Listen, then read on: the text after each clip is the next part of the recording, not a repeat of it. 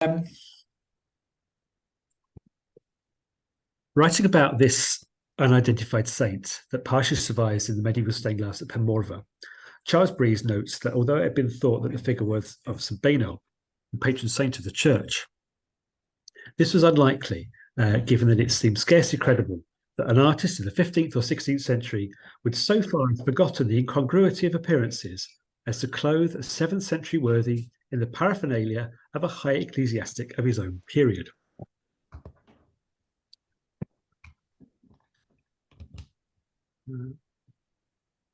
However, this is exactly how we find saints depicted in the late medieval period. So this is St. Daniel in the east window at Llandyrnog, up in northeast Wales, and he's shown exactly as Breeze thought he shouldn't be, as high ecclesiastic of the period, because you see it's the same sort of mitre on the bishop and the robes of the time. And we've got an image of St. Asaph, which is alongside him here as well, which is also in the east window. So when we come to the 19th century, we have a different kind of problem. But what they were trying to do in the Gothic revival was try to depict saints as they thought they might have appeared at the time. The question is which time. Medieval period is a long period. And so therefore artists tried to imagine what the saints of the time might have looked like. And they tended to defer to the periods of the Gothic revival that the stained glass was in the style of. So here's a window of about 1860 at Bodlewyddan by O'Connor of London, and we've got this sort of depiction of medieval saints as bishops as they imagined them to be, but they tended to defer, as I say, to the late medieval period. So here's a window in Newbridge on Wye, in the middle of Powys, and here we've got St. Cleer, St. David, and St. Avan. They're all local saints. Apart from David, who's the saint of the dark.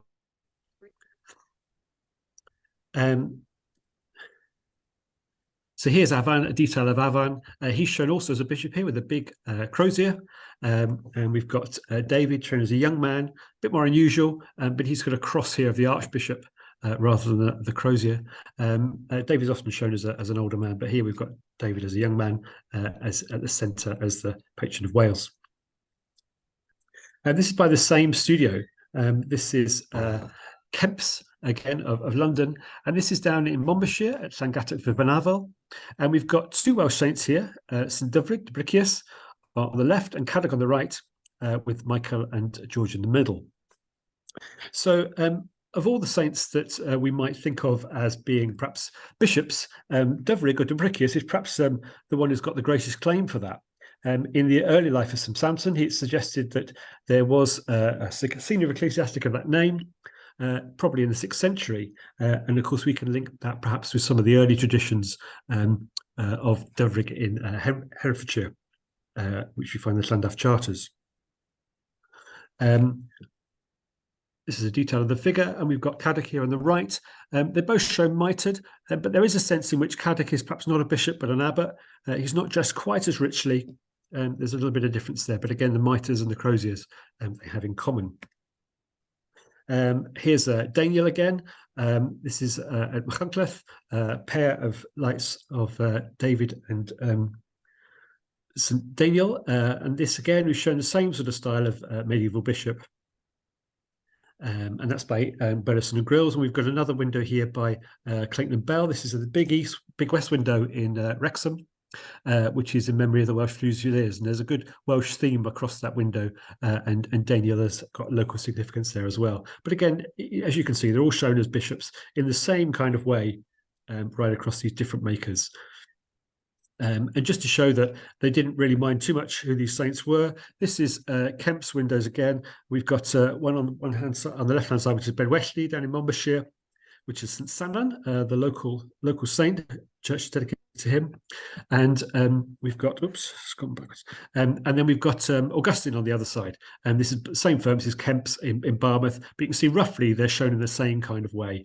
So there's little distinction between Welsh saints or any particular way in which they depict Welsh saints, which is really much different to what the way they depict international saints.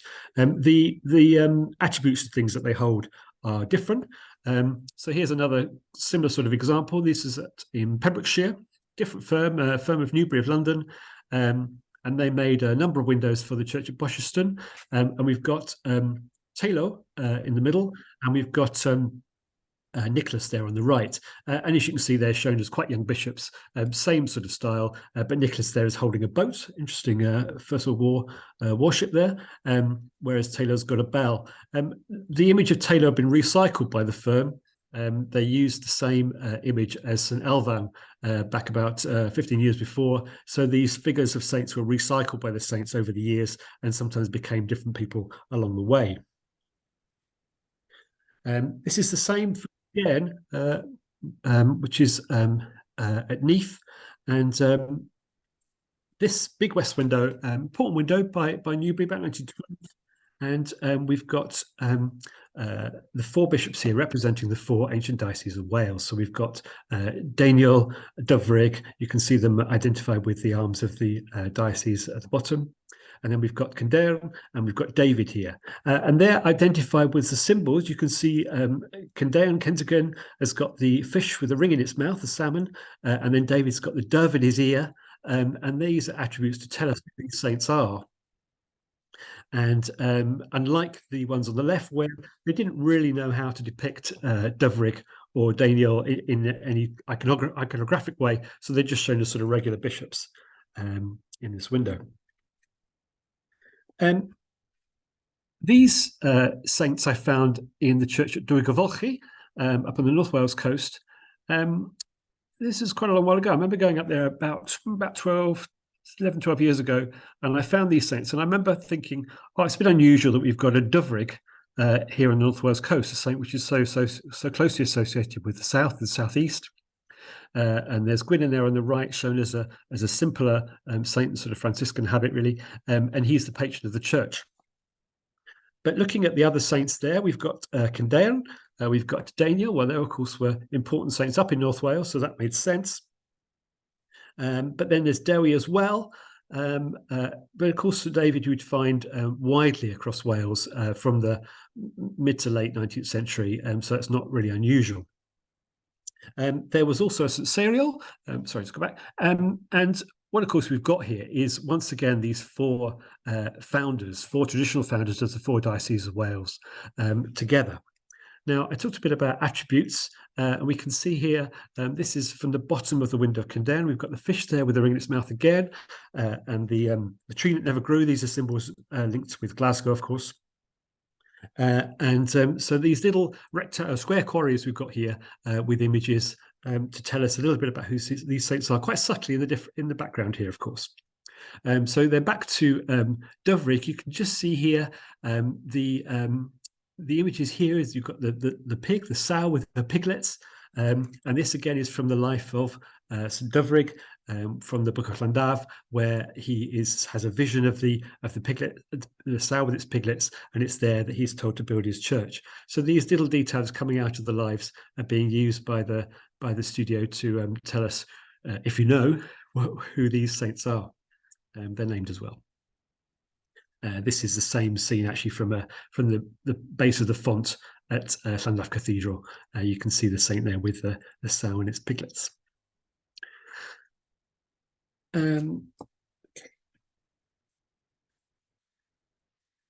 Now, what's hopefully struck you as we've gone along here is how different these saints look to the earlier saints we saw in more sort of traditional forms with their tall mitres and robes. And it struck me as I went on over the years, I found more images of David depicted in the same way. So over on the left-hand side, we've got a David Dewi Sant here from Gelligaer, down in the South Wales valleys.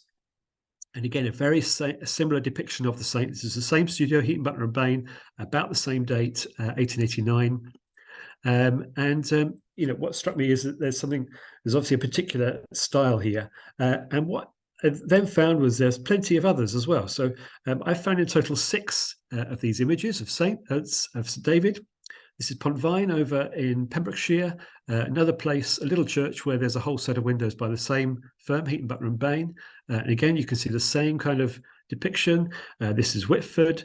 Sorry, this is Llanechire in Pembrokeshire. This is Whitford then. And you can see again the same consistency. And then the last of the set, which I know of, there could well be more. These are the ones I've come across. This is at Llanbanfawr, here just outside Aberystwyth. And this dates to about 1930. So we've got this consistency in the way that the saints are depicted right the way through from the 1880s to the 1930s, which is really very different to what we saw in most of the other images. Now, I was very grateful to Tristan Gray-Hoss, who spotted this set of images as they're laid out in the book depicting St. David. I showed them all together, and he pointed me in the direction of Warren's book, The Liturgy and Ritual of the Celtic Church. It was published in 1881, and in this book, Warren attempts to describe the episcopal vestments found in the early medieval manuscripts on various kinds of antiquities. So you've probably seen we've got this rationale, which is the sort of rectangular device that they're wearing. And it's described by Warren as an ancient but little known ornament of Celtic bishops, which is never found in Anglo-Saxon times, but which reappeared among the episcopal ornaments in Anglo-Norman days and dropped entirely out of use in the 14th century. Now, the evidence he brings for this is provided by medieval writings, and he also suggests that it's on some manuscripts as well, but it's not quite clear where it's come from. He says it was made from gold or silver, studded with precious stones, and it was worn, as those of you will recognize, worn in imitation of the rationale of the Aaronic priest. That's where it gets its name from. So these you quite often find figures like Aaron or other high priests of the Old Testament are depicted wearing this as well. So it's sort of copied from that idea. Another thing you'll see was we've got this pectoral cross, which they're wearing. And again, he picks this up. He says that this is, he notes this from among the relics at Durham Cathedral and the tomb of St. Cuthbert. And he cites evidence in the writings of Gregory of Tours as well, that pectoral crosses were worn by Gallican bishops in the 6th century. And we've also got this short staff here that they're all holding in preference to an elaborate crozier, which we quite often see the full height crozier. Now, I'm not sure that there's all that much evidence for these claims that he brings. And having looked at some of the sources that he refers to, I'm not very sure that they really support the descriptions that he gives. But there are other bishops as well from this early period, all kinds of media, which show images depicted in rather different ways and rather more conventional figures. And also, for example, things like the pectoral cross, it seems to be something we find more in Anglo-Saxon areas of Britain than in Ireland. Warren also cites the short staff that's held by Luke the Evangelist in the MacDonald Gospels, although the portrait of Matthew in the same book has a similarly simple staff, but it's a much longer one. And so, it's hard to sort of substantiate. I'll come back to Crazier's a little bit long. But what it's remarkable to note is that Heaton Butler and Bain are really the only firm that depict images of saints like this. This is the only other example I've seen. This is on the Reredos in the church in Newcastle in Bridgend, and this is from the 1920s. And you can see it's shown St. David here in the same way, but this is I've not found anything else like this. So it's really quite remarkable that Heaton Butler and Bain are very strictly showing saints only in this way, and not in the way that all the other stained glass firms were depicting them at the time. Coming back to Llanbanfawr, these windows, these three saints, we've got David, Padan, and Taylor in the south transept of the church. At the top, you can see we've got some of this Celtic interlace. It's above and below the figures, and you can also see it's on the tiles at the feet of St. David, and in the background behind him as well, a little bit around the hem of his, I think this is the alb as well. So this Celtic interlacing is a feature that we've got in some of these images. It's particularly lovely here on the figure of David at Whitford, where we've got this lovely zoomorphic patterning on the chasuble. Now, Celtic interlace is something that I've not found a huge amount of in most churches, which just surprised me a little bit. Every now and then you'll find it. So this is a memorial plaque in Neath, I think it's 1898, and it was designed by Charles Fowler, who also designed this remarkable water fountain in Pontypridd with symbols and interlacing, which was found from some of the early medieval sites, such as Llanelli Fawr and on the crosses at Margam as well. So that's probably why we've got Fowler designing this here. You can see a detail there. This is another example which I found. This is down at St Bride's in Pembrokeshire. And interestingly, the windows that this memorial plaque accompanies have no Celtic in them at all. So they're very straight images of the figure of Christ, different figures of Christ, but there's nothing Celtic or Welsh about them at all, really. But this plaque does. It does actually go with a set of crosses, Celtic crosses, which are outside in the churchyard, and these are there in memory of the Edwards family who owned St Bride's Castle nearby. So we see little bits of these Celtic imagery and Celtic ornament in some of the images of the saints. This is St Patrick down in Pembroke Dock in the Catholic Church. You can see a little bit just there at the bottom of the chasuble. And here, a nice strong piece here by Joan Fullilove in the church in Narberth, also in Pembrokeshire. It's not only Welsh saints. This is the figure of Christ with Mary Magdalene at Llanfachell in Denbighshire, and here we've got a little bit again around the hem of his garment, which is this interlaced ornament. One more example here. This is a lovely one. This is James Powell and Sons. Their window for the church at Llanelli Hill near Abergavenny. And here again, we can see this little bit of interlaced ornament around the hems of Echley, the boy given by his mother to Mother Church, the Virgin and Child. And again, the Virgin and Child has also got a little bit of that decoration around the hem of her garment as well.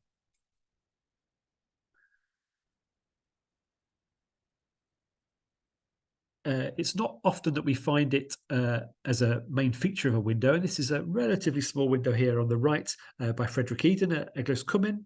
It's about 1915, and it's a lovely window, and you can see this lovely zoomorphic decoration around the edges of the window to go with the imagery of Cynnin as bishop and as king. And then these got a little bit of examples in the background. I hope you can see there's a decent size at home, because you've got to look at the details. So the decoration at the embroidery behind St Patrick here has got a little bit of sort of zoomorphic decoration, and you can see some of the heads of the serpents are rather fun around the back of him here. So there's a slight reinterpretation, I suppose, of the of Celtic ornament, but there's this sort of interlaced idea which is being used by the firm. This is A.L. Moore of London. Sometimes we find some of this Celtic patterning on books as well. This is St Patrick holding presumably a gospel book here. Again, a little bit of zoomorphic decoration on the book. And another one here. This is Heaton, Butler and Bain again, down in Pontvine. This is St Brynach. And here's a lovely one of St Cynhaion up at Ynys Cynhaion near Porthmadog. This is a lovely window, James Powell and Sons, showing Cynhaion arriving on his boat, super image, and quite unusual for the time to show the saints dressed quite so simply as sort of wandering aesthetics. And again, here we've got a Celtic cross here with this lovely pattern on it. So coming back to Llanban Fawr, this is the figure of St Padan, patron of the church. And as you can see, the brooch that he's wearing seems to be based on the typical Irish penannular brooch type of the time. I've got an image of the Tara brooch here, and it does seem that it's based on that. Just to sort of prove the point, this is a drawing of the Tara brooch by Margaret Stokes, who wrote her book. We've got the date here.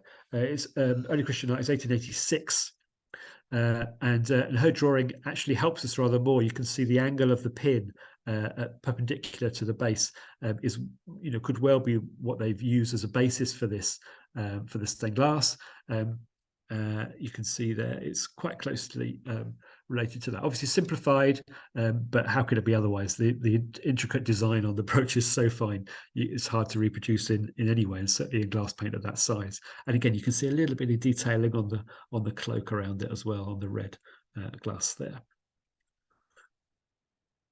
Of course, the Tara brooch was widely reproduced, made really famous at the Great Exhibition when it was exhibited in 1851, and it was reproduced by jewellers in Ireland and elsewhere. And of course, they vied over how accurate their reproductions were. And so it could be any one of these adverts or reproductions in journals that they might have used, the firm might have used to make it. They may even have had an example, a real example, perhaps a copy that they use as well. But I expect they probably use one of these reproductions in order to make the window. Here's another set of saints from Brecon. This is James Powell and Sons again. I'm going to mention them quite a few times. And here we've got two more penile brooches. We've got St Cynnog and Brecon. Aled doesn't have one, unfortunately. But these are really worth having a look at. So here's St Cynnog. And again, you can see it's roughly the same, but I think it's not quite the same one. And if we compare it here with the Roscrea brooch, which has got these lobes around the top of the pin, it does strike me that it's seems to be a copy of the Roscrea brooch rather than the Tara brooch. It does appear that that's what they're using here. If we come across and look at Brecon, again, this doesn't quite look like these brooches, and I think what we've got here is actually a third one. This is the Ardagh brooch. Again, these are all in Margaret Stokes' book, and it does seem you've got a very square top to it, sort of straight hemispherical part here. So it does seem that they, really are drawing on very specific brooches for the different ones, and they took the trouble, I suppose, to use different models for the two saints, which I think is quite interesting. The reason for that may well be that if we look at the patron for these windows, this window. So this is Brecon. What's the name? It's Gwenllian Morgan, who was, of course, the mayor of Brecon for a time, first female mayor of Brecon, and also an antiquary in her own right. She was interested in saints. She wrote about saints, so she was interested. So I think it's probably a collaboration or a conversation between the stained glass firm and between the patron, which is bringing out this very specific use of certain antiquities in the windows, although I can't say I know what the staff is. Perhaps somebody else does. It may well be that there's a model for that as well that I haven't spotted. I did mention the crozier when we looked at St Padan, and we do have a very distinct Irish type here. I'm not sure that I can definitely identify exactly which one it is. This is the Clonmacnoise Noise crozier. This is a little bit different. It's got a crest around the side, similar in a way. And then this is the Lismore crozier. Again, we've got the crest around the top. It's not quite that. And it's got a very sharp nose to it, which is a little bit different to what we've got here. These are a couple of other examples, which again don't quite strike me as quite the same thing. One from Dublin and one from London British Museum. So it's not clear exactly what they're using as a model, and this is Taylor in Llanbadarn again, and again this is a very slightly different one, but it's very much an Irish type, and so they're very making particular reference to these sorts of croziers. There's a set of windows by Burleson and Grills in Bangor Cathedral, 3 windows, all with 3 saints. The first one here is St Dovrig Daniel and Baino. It was dedicated in 1905, given in memory of Dean of Bangor. The second one then has got St Elvod, David Cadown, Kentigern, given the following year, it would seem, in memory of a former bishop who was a Scot. So that's why we got Kentigern in there. The third window is later. It's from the 1920s, by the same firm, it would seem. This is also Burleson Grills, I'm pretty sure. Subject to rather a lot of paint loss, but interesting nonetheless because of its iconography. So the saints here are St Serial, Cainwen, and Cubby. So we've got 3 Anglesey saints here. It's a bit of a better image than of St Serial. And you can see again, we've got this typical form of crozier. And we've also got him holding a Celtic cross. Now, of course, those of you that know Penmon will know that there's an interesting collection of monuments in the church of Penmon.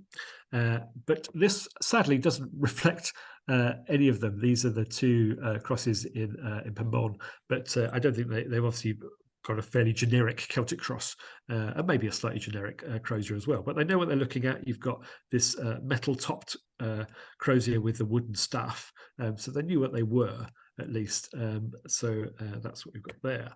If we go over to this side, we've got something a little bit more interesting, a bit more unusual. This is St. Cubby. And you can see he's got a different sort of crozier here. This is called a towel cross head. It's from the middle of the 12th century example here at the Victorian Albert Museum. Now, this isn't the model they're using, but this is the kind of thing that they're trying to depict. I don't know whether he's holding something which is a specific example. However, if you look at this one, which again also at the Victorian Albert Museum, similar sort of date, you can see the Agnus Dei, the lamb and flag there. So it could well be that they'd had a look at that and sort of made a composite of them and turned it into a bit more like a sort of a interlaced pattern ornament on it. So that's what we've got here. Here's a super window in Cemmaes in Mid Wales, not far from Machynlleth. And this is Melangell. This window, I just should say, this is made by Mary Lowndes. All the windows we looked at so far are by large and small Victorian firms that would have used lots of makers, a whole series of like a factory line production of designers, cartoonists, and then glass painters, glaziers, firing people using the kilns, and then so you've got this sort of large number of people making windows. Mary Lowndes was a pioneer of the arts and crafts movement and was co-proprietor of the Lowndes and Drury's glass studio, which allowed artists to come and make their own windows. So she was very interested in artists making their own windows and in a personal way. So this is a much more personal window, beautiful image of Melangell. The scene at the bottom of Melangell is on the cover of the book, Welsh States and Welsh Churches. But I'm showing you the top here because of the crozier. Now, I think she's probably made this up. It looks very much like a sort of a, going back to the Tara brooch and those Palladio brooches, she's having a go at doing something like this, but as a crozier. But unless I'm wrong and there was something like this that somebody made around the time, perhaps she had a go at copying that, I don't know. But it seems to be this is a work of imagination, and why not? A beautiful image. Again, you can see a bit of interlacing around her cloak there as well. I mentioned this one before. This is an image by James Powell and Sons of St Patrick in Brecon Cathedral. It's in the Harvard Chapel, and we've got this young Patrick holding the red and gold book here. Interestingly, I found another one very similar, not the same, but very similar. Again, Patrick in green. He's young rather than old. Usually Patrick's shown old, but here he's shown not only with the same coloration of the book and the same coloration of the chasuble, but also have a look at these croziers. They are the same. So it struck me, well, what are we looking at here? And this is also modelled on a real crozier, which was found in a tomb in Cashel Cathedral, although it was made in Limoges in France. So not easily recognisable as a piece of Celtic art, if you like, but very much medieval Irish, a very specific example from the mid-13th century. I think also the artists might be interested by this book, the Gospels, Lasher's Gospels book shrine. You can see the circular motif in the middle and the suggestion of figures around the side. It's not quite the same, but I think they might well have had a look at that or something similar when they designed the window.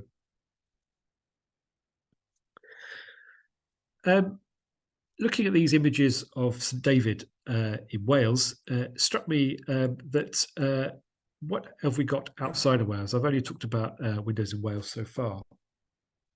It turns out that Heaton Butler and Bain made the same kinds of images of saints in Ireland as well. So this is St Patrick from Kildare Cathedral, and you can see it's exactly the same kind of style here again. And this is Connelleth, high up in the East End. Very hard to get to, and again we've got this sort of ornament here above and below as well, but it's back to again the same thing, the same image of the bishop from Warren's depiction with the rationale, the circular pectoral cross in a circle this time, and again the short simple crozier that we've got here. And this design is obviously the same one that was reused for St. Taylor in Llanfairpwll about 25 years later. Going back to Warren, the round crown that we've got here seems to be the source here is George Petrie's drawing from a ruined chapel at Glendalough, drawn in 1845 from his book on the origin and use of round towers. So you can see here we've got this seated figure here with this round crown. It seems to be here with a serrated top and bottom, a bit like a Christmas cracker hat, really.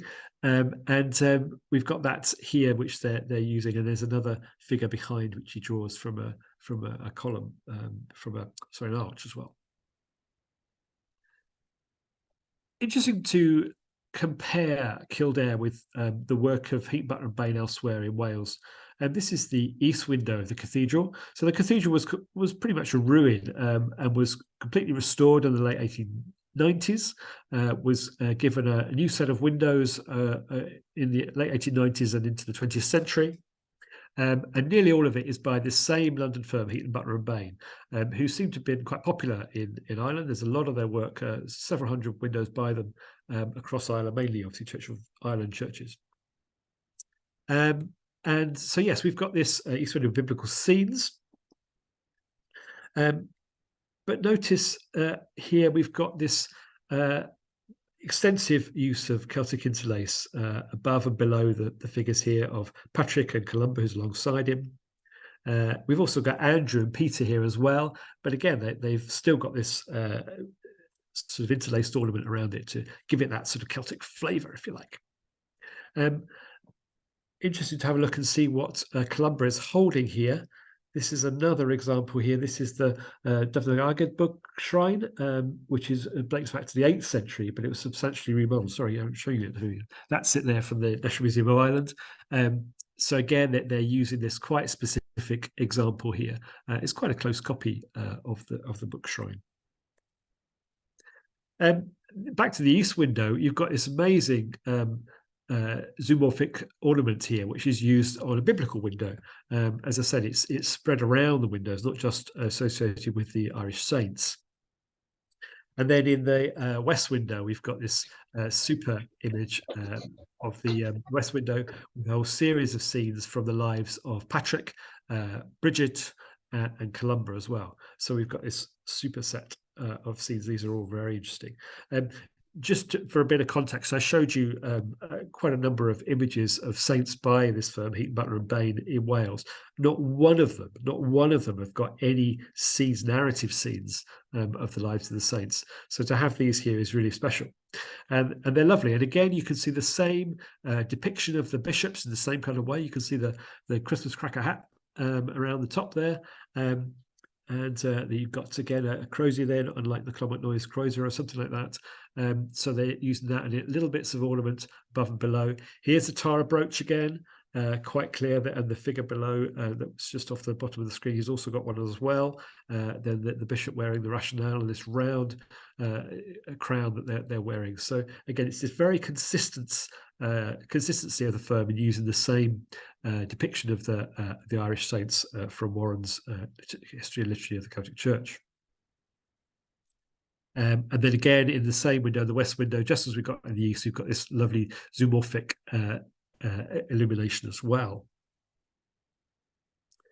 It struck me when I was in the cathedral in Kildare, knowing the church here in Llanfairpwll so well, it was very interesting to see what was in the west window, these images of Irish saints.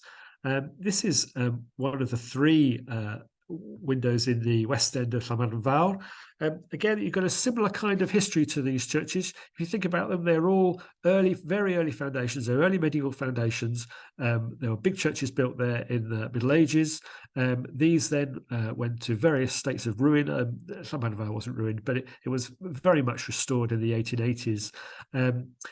But here, different choices were made. So here we've got a set of Old Testament figures. We've got Abraham, we've got Moses and David.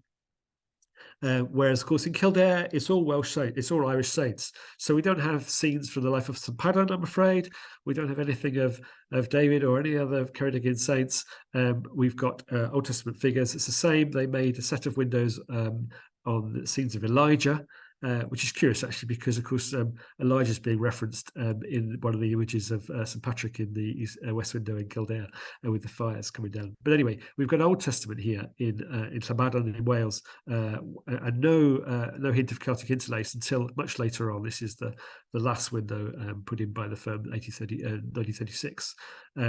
Of St Taylor with the interlacing above. So you've got this very distinct different approach, if you like, of the firm making windows for Ireland and for Wales for similar sorts of sites, which I think is worth thinking about. This is back to Kildare. This is their window in the mid-1930s, the same date as the Taylor figure you just saw. And here we've got this rather interesting, sort of rather free quarries with this interlaced ornament. Very different. And I've not seen anything like this in Wales. This is the figures above that window. This is the north transept window in Kildare Cathedral. Now, in Ireland, I think it's fair to say that there's a lot more Celticity, if you like, in the stained glass and ornament you'll find it in churches. This is Honan Chapel, an extraordinary arts and crafts masterpiece in Cork, the University of Cork. And this is by Alfred Child, who went from London, trained with Christopher Wall and learned the ways of the arts and crafts movement, brought it over to Ireland so successfully and set up Antigloin, and where so many amazing stained glass artists worked. So again, we've got this little bits of ornament around the side of this scene in Honan Chapel.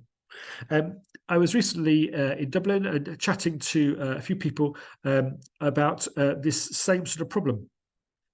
And I'm very grateful to Finola Finlay, who sent me these images. Her journal, Roaring Water Journal, is worth looking at. She's looked at this in Ireland, and there seems to be much more of this sort of Celticity, if you like, Celtic ornament. This is Watson of Youghal, who made quite a number of windows using this sort of slightly reinvented, I suppose, ornament, which is sort of derived from interlacing. It's not simply that.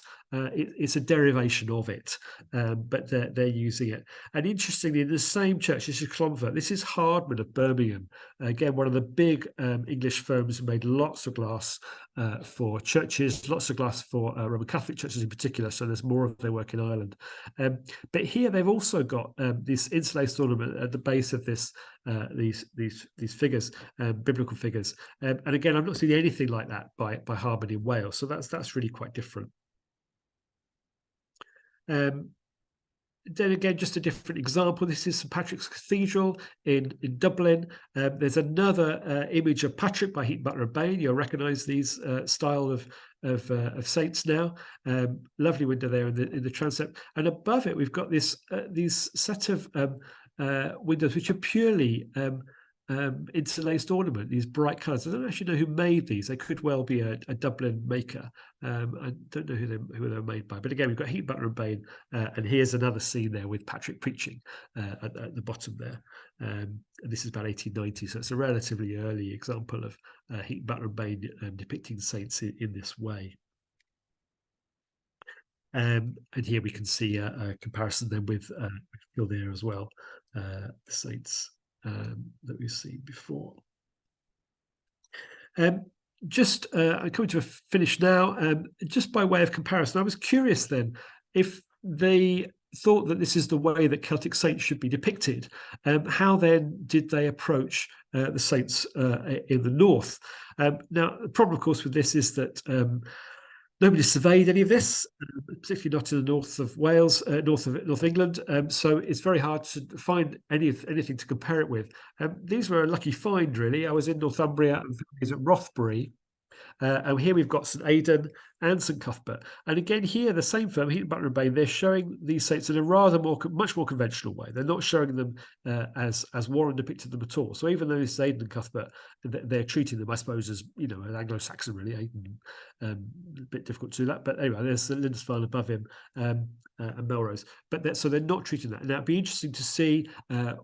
Obviously, Heaton, Butler and Bain would have made windows in Scotland. I've not seen anything by them, but you know, it would be worth having a look and seeing, well, how do they approach Kentigern, and how do they approach the Scottish saints, and do they follow Warren in this very distinct way, or do they show them as more standard bishops and saints? So that's about all, really. I'm sorry again for the slow start. I hope we've got into it as we've gone along, and hopefully learned something along the way. Okay, diolch yn fawr iawn.